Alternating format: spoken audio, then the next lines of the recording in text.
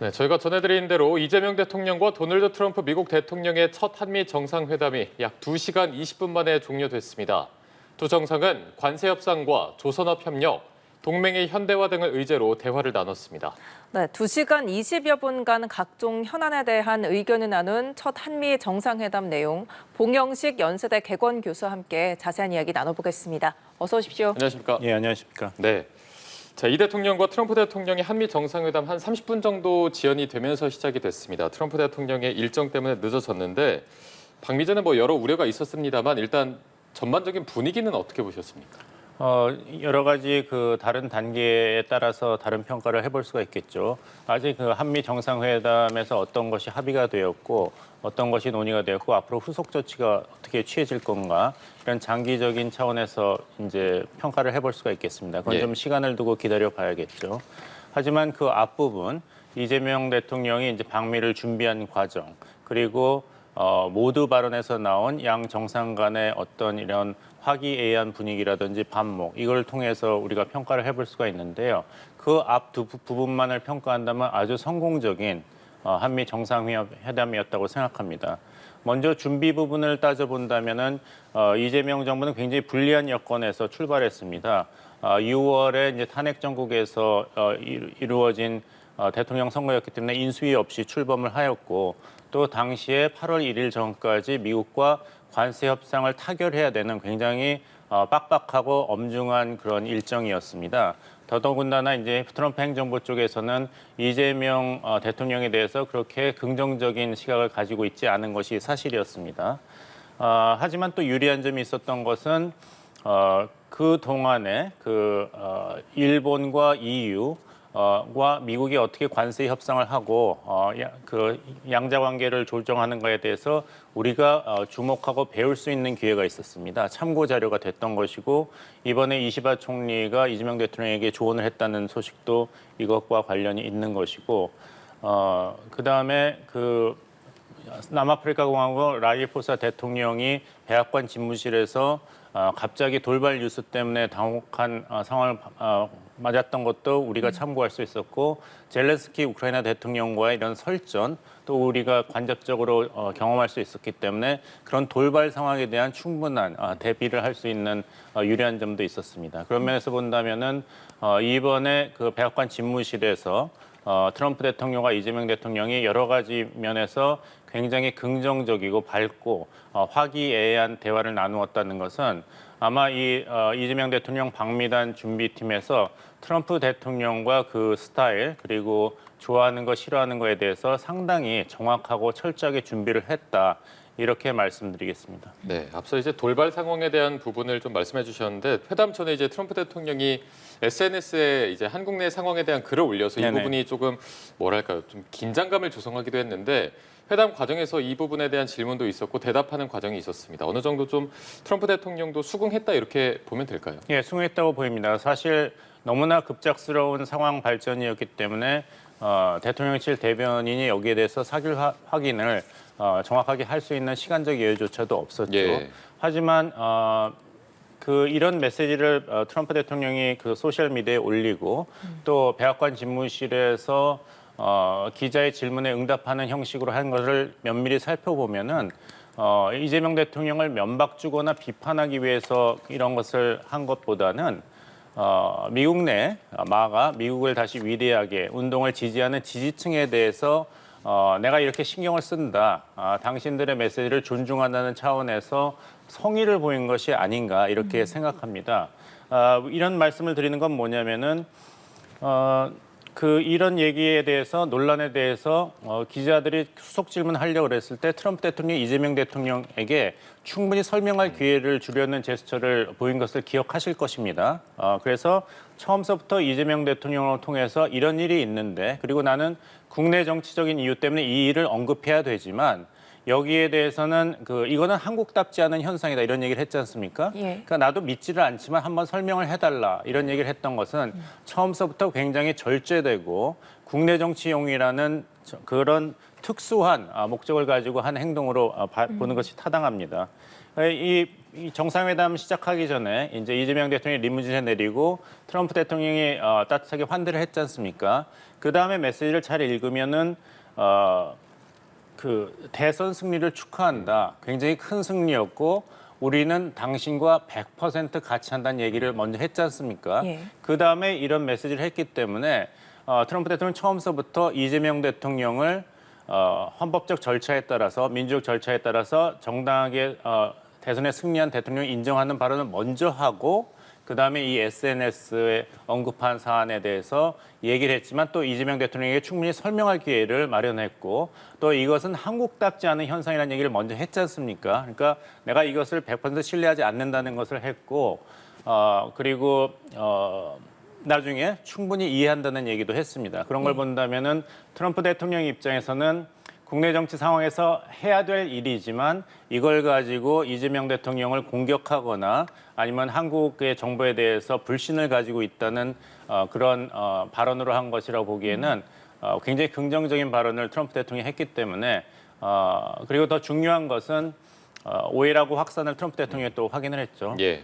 돌발 상황이 발생을 했습니다. 근데 아까 말씀드린 다행스러운 것은 이재명 대통령이 다른 외국 정상보다 늦게 트럼프 대통령과 이렇게 정상회담을 했기 때문에 네. 참고할 자료가 다행히 많았던 것이죠. 아, 예, 돌발 상황이 있었지만 트럼프 대통령이 오해라고 확신한다라고 하면서 잘 마무리가 된 것 같습니다.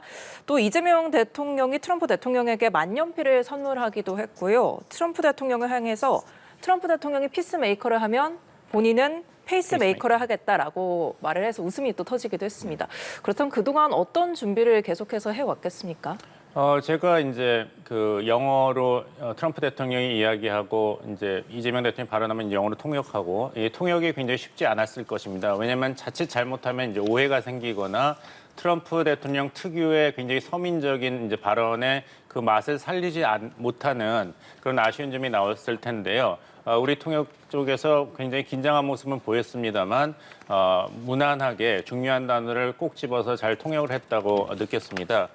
특히 제가 인상을 받은 것은 트럼프 대통령의 그 독특한 단어와 표현을 이재명 대통령께서도 그렇고 우리 통역사에도 잘 살렸습니다. 아까 말씀하신 대로 중간중간에 어떤 단어가 나오거나 표현이 나올 때 트럼프 대통령이 웃거나 맞장구를 치거나 그래서 분위기가 좋은 그런 장면이 많았는데요. 한 가지는 이 김정우 위원장과 좀 어려운 적이 있었지만 이제 잘 지낸다. 근데 이재명 대통령께서 이야기하면서 로켓맨, 김정우 위원장 로켓맨으로 비판했던 유명한 사례가 있지 않습니까? 그러니까 좌중에서 웃음이 터졌습니다. 트럼프 대통령도 자기의 전매 특허 이런 표현을 이런 한국 대통령과의 정상회담에서 북한을 거론하면서 했다는 것에 대해서 굉장히 기분 좋게 생각을 했죠.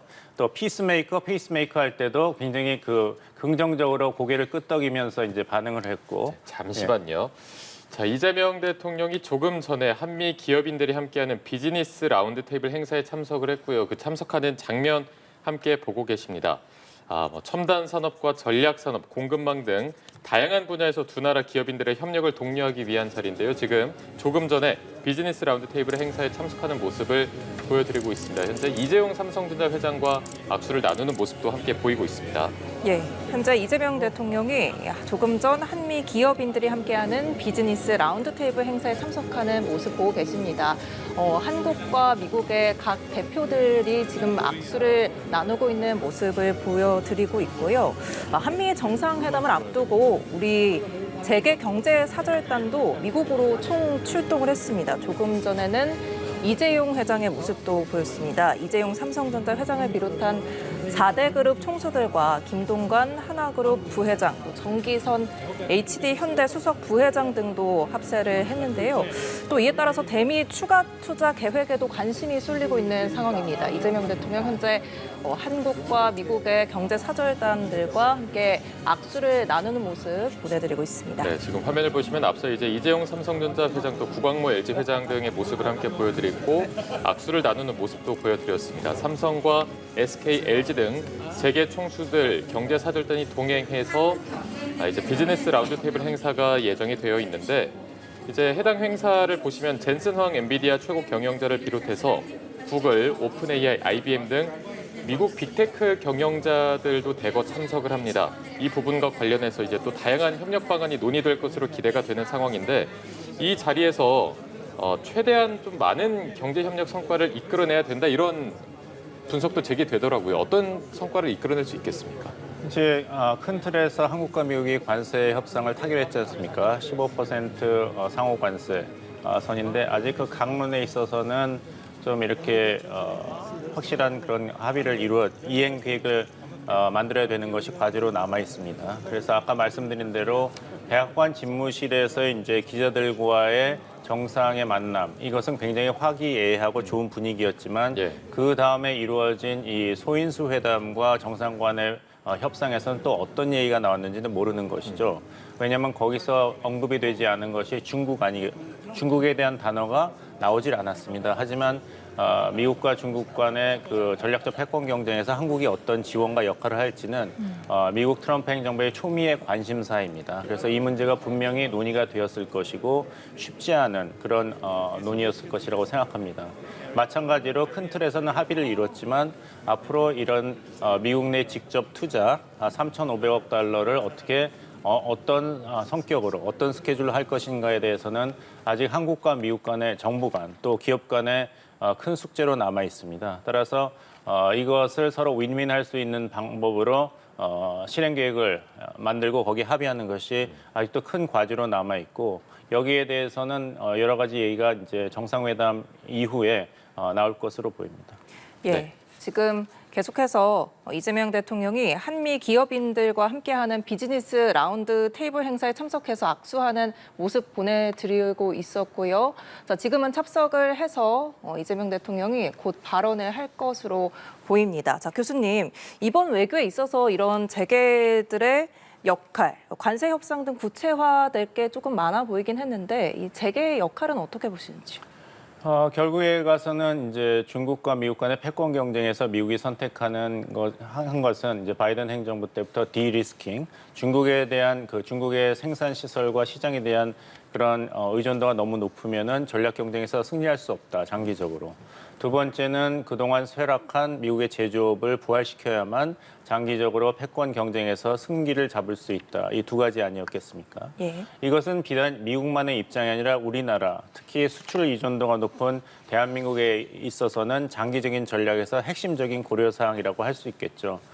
왜냐하면 다른 나라와 비교해서 GDP 대비 무역 의존도가 한국이 굉장히 높습니다. 약 69%, 70%인데 이것은 GDP 대비 무역 의존도를 일본보다는 2.5배, 미국보다는 3.5배 높은 수치입니다. 이 정도로 GDP 70% 정도 무역에 의존한 나라는 독일과 네덜란드, 대한민국인데 독일과 네덜란드는 유럽 경제 공동체에 소속돼 있기 때문에 이것을 상쇄할 수 있는 여력이 있습니다. 내수 시장. 하지만 한국은 그것이 없기 때문에 앞으로 어떻게 전략적으로 장기적인 이제 경제 발전의 동력을 확보할 것인가가 중요하기 때문에 여기서 중국과 미국 사이에서 시장 확보라든지 시장 진출, 그리고 중국과 미국에 대한 의존도가 거의 동일한데 이런 무역 분쟁이 두 경제 대국에서 일어난다면 우리의 제3 선택지는 어떻게 마련할 것인가. 그게 아세안 경제 공동체도 될 수 있고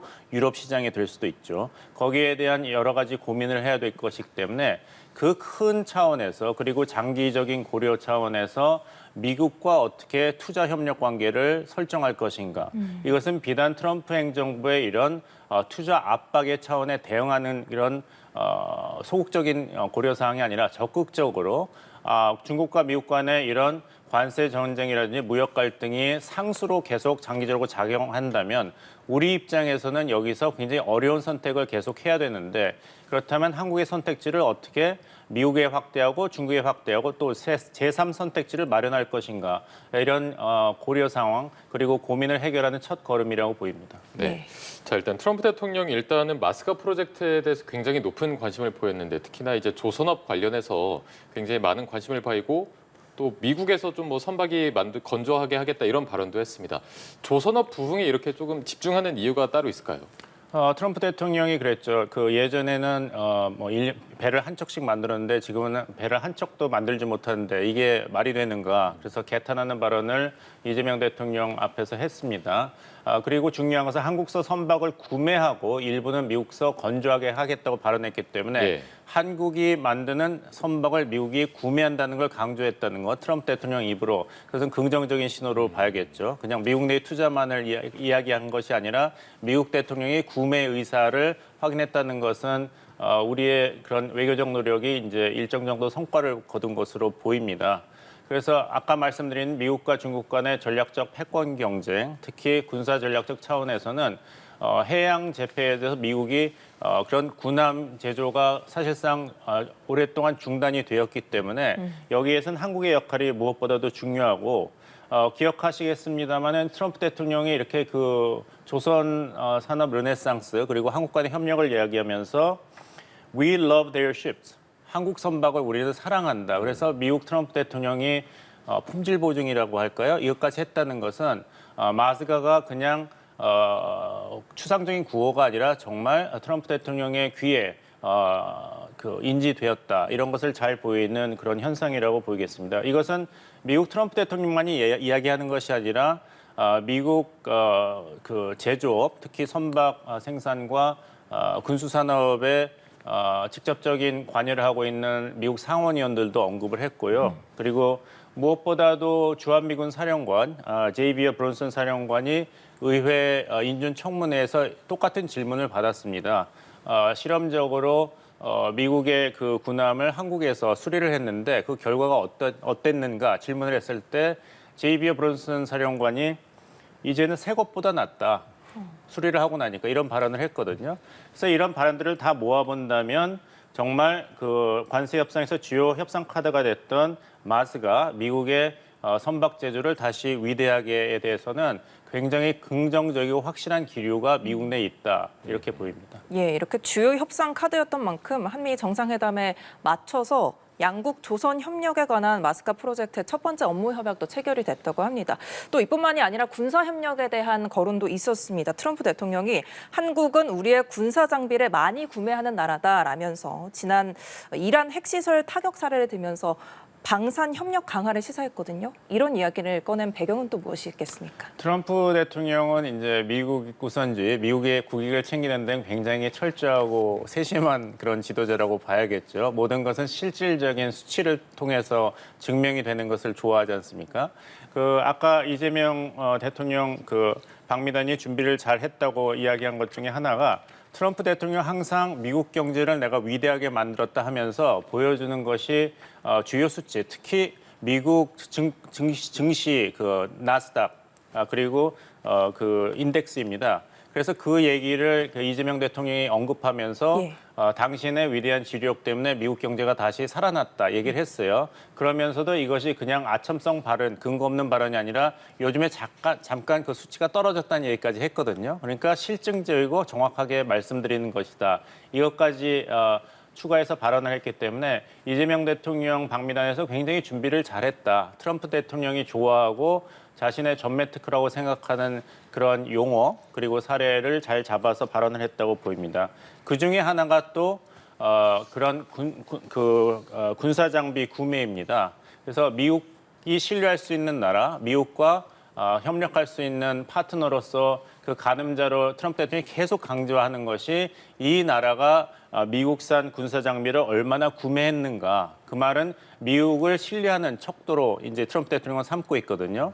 그래서 대만이라든지 이스라엘과의 외교에서는 트럼프 행정부는 미국산 군사 장비를 얼마나 더 구매했는가에 따라서 이것이 긍정적인 상태에 있는가 아니면 부정적인 기류에 있는가를 이야기합니다. 이에 따라서 한국과도 지난번 이란 핵시설 폭격에서 잘 증명이 된 우수한 미국의 이런 폭격기라든지 여러 가지 방산 분야의 협력을 강조한 것으로 보입니다. 즉 한국과의 이제 협력을 이야기하면서도 국내 정치 차원에서 이란 핵시설 공격은 완전한 성공이었다. 아주 우리의 우수한 B2 스텔스 폭격기가 그런 성공적인 임무를 수행했다는 얘기를 또 거기 첨가한 것이죠. 자, 그리고 한반도 평화 문제와 관련해서 어떤 발언이 나올지도 좀 궁금했는데 김정은 위원장의 이름이 꽤 여러 번 나왔습니다. 이재명 대통령이 이제 트럼프 대통령을 피스메이커라고 말하면서 좀 김정은 위원장을 만나달라라는 요청을 했고 트럼프 대통령도 올해 안에 좀 만나고 싶다라는 의중을 밝혀서 글쎄요, 북미 정상회담이 올해 안에 좀 재추진될 가능성이 얼마나 있다고 보시는지도 궁금합니다. 그 가능성이 저는 굉장히 낮게 보았습니다. 왜냐하면 러시아 우크라이나 전쟁이 트럼프 행정부의 이런 노력과 압박에도 불구하고 지금 종전 국면으로 들어갈 듯하면서도 계속 멈춰지고 있습니다. 그렇다면은 러시아의 군사 지원을 한 북한의 문제가 있기 때문에 그리고 트럼프 행정부가 북한과의 이제 협상이라든지 한반도 비핵화의 노력을 경주할 그런 여건이 아직 마련되지 않았다 이렇게 생각을 했어요. 그런데 이번에 이제 이재명 대통령께서 트럼프 대통령에게 북한과의 그런 평화 구축 그리고 한반도 비핵화는 당신만이 할 수 있다. 당신만이 미국 대통령으로서 이룩할 수 있기 때문에 나는 페이스메이커가 되겠다. 그것을 지원하겠다는 이야기를 확실히 했거든요. 그건 트럼프 대통령이 원했던 발언이죠. 그래서 자신감을 트럼프 대통령이 보였고 빠른 시간 내에 북한과의 외교 관계를 재가동하겠다는 의미의 이제 언급을 했습니다. 그래서 한 가지 가능성을 거론하자면은 우리나라 경주에서 개최되는 10월 말 에이펙 경제공동체 그런 정상회의가 하나의 가능성입니다.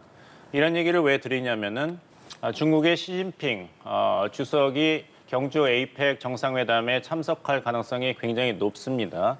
하나는 이재명 정부가 너무 미국 쪽에 경도되는 것을 막기 위해서는 시진핑 정부도 이재명 정부에 뭔가 긍정적인 제스처를 취해야 되는 것이죠. 예. 두 번째는 중국이 내년 에이펙 정상회의 개최국입니다. 내년 정상회의 개최국으로서 이번에 경주 에이펙에 참석하지 않는다는 것은 이것은 굉장히 이례적인 행보인 것이죠.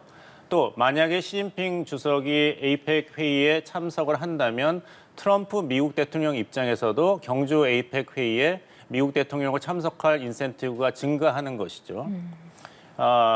근데 그럴 가능성이 또 높은 것이 아시겠습니다만 지금 미국과 중국 간의 관세 무역 전쟁이 계속되고 있는데 90일 유예를 먼저 결정했지 않습니까? 그랬다가 다시 한번 8월 12일 그 90일 유예 그 데드라인 다가오면서 다시 90일 유예를 결정했어요. 해결은 되지 않고 계속 유예만 되고 있습니다. 근데 그 두 번째 90일 관세 폭탄 유예 결정이 마감되는 것이 11월 12일입니다. 그래서 우리 경주 에이펙 정상회의와는 굉장히 시일이 가깝기 때문에 만약에 미국과 중국 간의 무역 협상이 긍정적으로 진전이 된다면은 양국 정상이 굉장히 긍정적인 분위기에서 합의를 발표하는 모습을 저희가 그려볼 수 있습니다. 예. 그렇다면은 시진핑 주석과 트럼프 대통령이 경주 에이펙 회의에 있고 굉장히 긍정적인 무드가 있고 여기에 경주라는 지리적인 이점이 있기 때문에 DMZ 방문을 시도했으나 날씨 관계로 지난번에 하지 못했던 트럼프 대통령 입장에서는 한국 방문에 대해서는 더욱더 관심을 가지게 되는 것이죠. 그래서 에이펙 정상회의 초청을 이재명 대통령이 다시 한번 상기시켰을 때 트럼프 대통령이 굉장히 긍정적으로 가고 싶다고 발언한 것도 여러 가지 이런 미국 측에서 중요하게 생각하고 유리한 점이 있기 때문에 그 가능성이 상당히 이번 정상회의 이후로 높아졌다. 왜냐하면 트럼프 대통령 입장에서도 이왕 경주 에이펙 회의에 참석을 한다면은 일본도 순방할 수 있고 뭐 대한민국은 물론입니다만 또 북한과 중국과의 어떤 큰 틀 그리고 높은 수준에서의 정상 외교도 해볼 수 있기 때문에 여러 가지로 관심을 가질 이유가 있습니다. 예, 에이펙 정상회의에서 시진핑 주석과 트럼프 대통령이 만날 가능성을 크게 보셨는데 그렇다면 북한과 중국과 미국의 만남은 또 어떻게 가능성을 보시는지요? 그런 이제 3자 정상회의는 사실상 실현이 어려울 것입니다. 왜냐하면 트럼프 대통령 이번에 이제 이재명 대통령께서 잘 하신 것도 당신이 중심이다, 당신이 유일하다, 당신만이 능력이 있다는 것을 계속 강조했고 트럼프 대통령이 이것을 굉장히 긍정적으로 받아들였습니다. 하지만 말씀하신 대로 북한, 중국, 미국 3자 정상회의를 한다면 이것은 트럼프 대통령 입장으로서는 그 받아들이기가 힘든 구도인 것이죠. 또한 북한 입장에서도 어렵습니다. 왜냐하면 거기서 북한이 중국과 미국 사이에서 어떤 발언을 하고 어떤 행동을 할지는 북한 김정은 위원장으로서도 굉장히 고민스러운 그런 구도이기 때문에 북한 입장이나 트럼프 행정부 입장을 고려할 때는 그런 3자 정상회의 구도는 그렇게 달갑지가 않다. 문재인 정부 때 부산 에이펙 특별 정상회의가 개최됐지 않습니까? 그때 하노이 노딜 이후로 어떻게 해서든지 한반도 평화 그 프로세스 추동력을 확보하고 싶었던 문재인 정부는 김정은 위원장을 초청했습니다. 그때 북한에서 문재인 정부를 비난하는 성명을 발표했는데요. 이런 중재자 역할을 하고 싶어하는 마음은 이해되지만 모든 일에는 적절한 때와 장소가 있다. 어떻게 우리의 최고 존엄을 다른 정상회의에 끼워 넣기 식으로 초청을 할 수가 있는가. 단독 정상으로 모셔가도 우리가 어떻게 고려할지 말지 할 판에 어떻게 이렇게 다른 정상회의 맥락에서 다른 외국의 원수들과 동석하는 자리에 초청을 하느냐 이런 얘기를 했거든요. 그렇게 본다면 아무리 중국의 주석이고 미국의 대통령이라 하더라도 북한의 최고 존엄이 독자적으로 존중받지 않는 그런 외교적 무대라면은 북한 김정은 정권에서도 그렇게 긍정적으로 반응할 것 같지는 않습니다. 네. 자, 저희가 일본과의 관계도 조금 볼 필요가 있을 것 같습니다. 일단 이재명 대통령도 한미일 협력의 중요성을 강조하기도 했고 트럼프 대통령이 어떤 중재자 역할을 자처했기 때문에 앞으로 한미일 3국의 협력 방안은 어떤 식으로 이루어질 거라고 보면 되겠습니까? 일단은 이제 트럼프 대통령은 이제 거래주의 외교안보 정책을 추구하고 있지 않습니까? 이제 신안보 전략 보고서가 채택이 될 텐데요. 이것이 이재명 정부의 실용 외교와 교집합, 접점이 분명히 있습니다. 그래서 실용 외교를 추구하겠다는 메시지는 이재명 대통령이 이번에 이시바 일본 총리와의 정상회담을 통해서 다시 한번 확인을 했습니다. 그중에 중요한 핵심이 지난 정권 때 구축되었던 한미일 간의 3자 안보 협력 체제입니다. 이것이 한국, 미국, 또 일본의 정권 교체가 이루어졌기 때문에 그 지속성을 의심받고 있었습니다.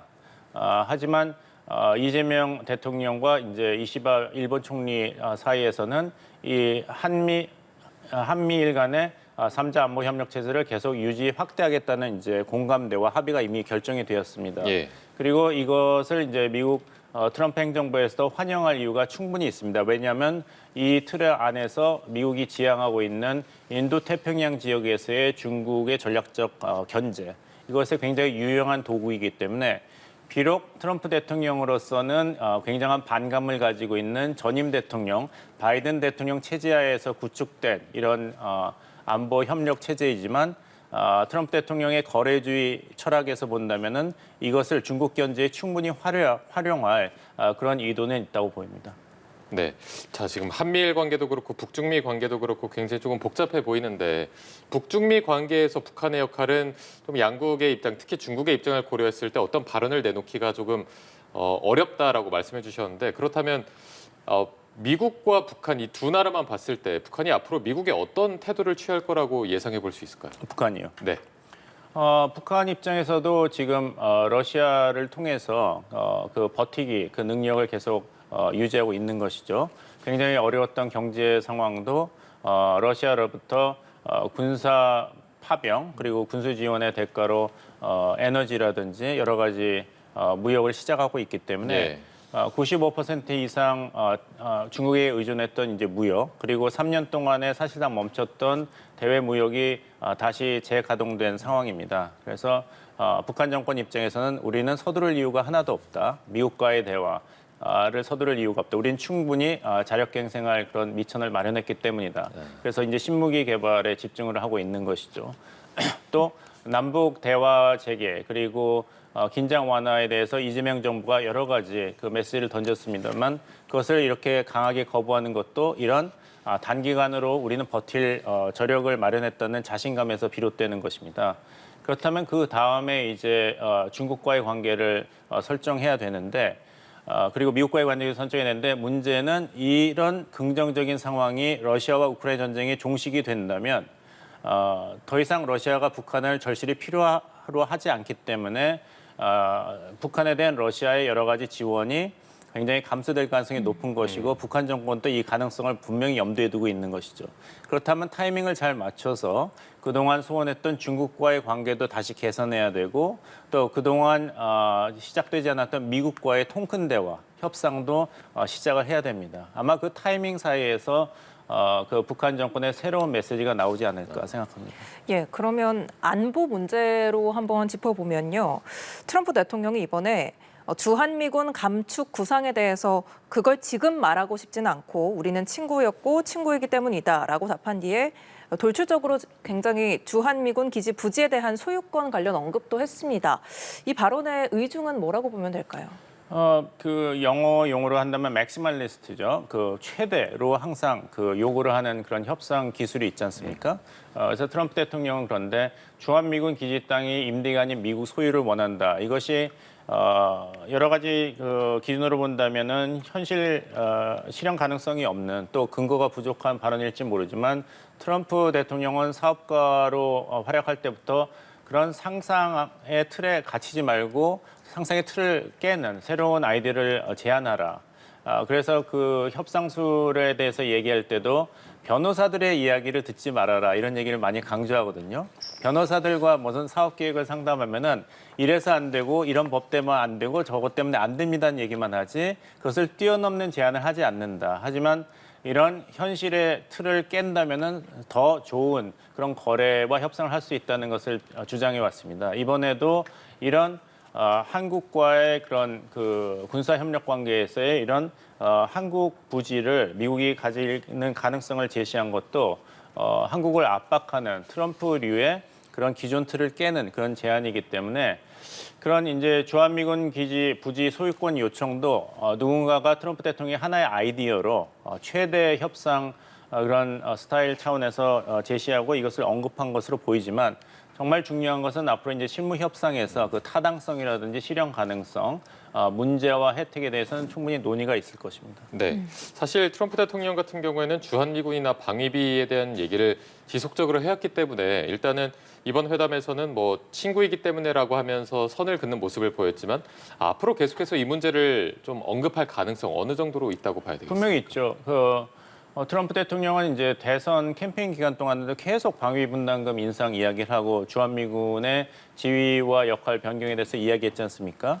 이것은 하루 이틀의 일이 아니라 트럼프 대통령이 정치에 입문하기 전인 80년대 사업가로서 있을 때부터 각인된 일종의 철학과 신념입니다. 그 지난 70년 동안 미국이 한국과 일본, 대만의 방위를 위해서 천문학적인 방위비, 국방 예산과 인력을 투입했기 때문에 이 미국의 파트너 국가들은 경제 성장을 이룬 상태에서는 미국에 이제 갚아야 되는 것이다. 이 주장은 이번에만 그리고 한국에만 국한돼서 하는 것은 아니거든요. 예를 들어서 2018년에 문재인 대통령과 워싱턴 정상회담에서 앞으로 북한 김정은 위원장과 어떻게 미국 대통령으로 역사상 최초로 정상회담을 할 것인가를 이제 논의하는 자리에서도 기자들에게 지난 70년 동안 한국은 미국으로부터 수억 달러가 아니라 수조 달러의 혜택을 받았기 때문에 여기에 대해서는 기여를 해야 된다는 발언을 했습니다. 그것이 2018년이었거든요. 근데 2025년에도 이 발언을 반복하는 것은 그만큼 트럼프 대통령이 이 문제에 대해서는 입장을 바꿀 가능성이 없다. 굉장히 그 철저하게 고집을 부리고 있다고 현실로 받아들여야겠죠. 예. 자, 결국 오늘 정상회담을 통해서 관세, 군사, 안보 다양한 분야에 대한 논의가 이어졌거든요. 결론적으로 보면 트럼프 대통령이 한국에 대해서 굉장히 관심을 보이면서 긍정적으로 평가를 했다라고 보면 될 것 같은데 앞으로의 이 한국과 미국의 관계는 어떻게 될 거라고 보시는지요? 끝날 때까지는 끝난 것이 아닙니다. 그래서 관세 협상 타결을 했지만 다시 한번 또 이제 어떻게 구체적으로 양국이 이행할 것인가에 대해서는 이번 정상회담을 두고 여러 가지 그 우려가 제기됐지 않습니까? 그러니까 이것을 한번 정상회담을 했거나 무슨 관세 협상을 타결했다더라도 일희일비할 수 있는 새로운 국면의 그 한미 관계라고 봐야 될 것 같습니다. 예. 그런 면으로 본다면은 긍정적인 어떤 성과가 있다면 그것을 토대로 마중물로 더 큰 성과를 추진하고 부정적인 그런 현상이 있더라도 이것이 해결 가능하다. 긴 안목을 가지고 처리할 수 있다는 긍정적이고 여유 있는 태도를 가지는 게 중요하다고 보입니다. 예. 그리고 또 이재명 대통령이 지금 일본에 이어서 미국을 방문한 상황인데 국제적으로 국제 무대에서 봤을 때 이런 이재명 대통령의 외교 스타일은 어떻다고 평가를 할 수 있겠습니까? 한마디로 이제 실용 외교를 굉장히 투명한 방식으로 또 확실한 그런 모습으로 증명했다 이렇게 볼 수가 있겠죠. 자, 교수님께서는 지금 이 분위기에 대해서 어떻게 보시는지? 네, 전반적으로 좀 화기애애했던 분위기가 좀 드러나는 것 같습니다. 네, 그렇습니다. 굉장히 우려와 긴장이 많았던 정상회담 준비 과정이었지 않습니까? 거기에 그것을 기준으로 본다면은 예상을 뛰어넘는 큰 성공이었다 이렇게 보입니다.